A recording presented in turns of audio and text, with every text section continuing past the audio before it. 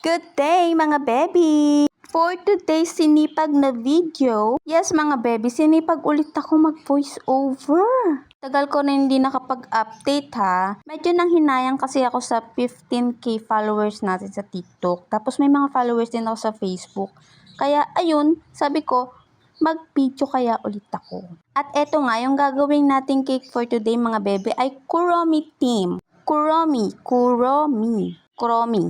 Basta yung cute na rabbit. Alam nyo mga bebe, nauuso na to. Actually, for this year, pangatlong Kuromi cake ko na to.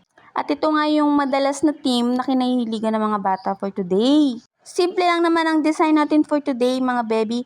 As you see, brush ang ginamit kong para sa gilid na texture ng ating cake. Alam nyo, sa Facebook ko lang dito nakikita sa mga video, sa mga nagbablog din na gumagawa at nagde-design ng cake. At ayun, palagi ko na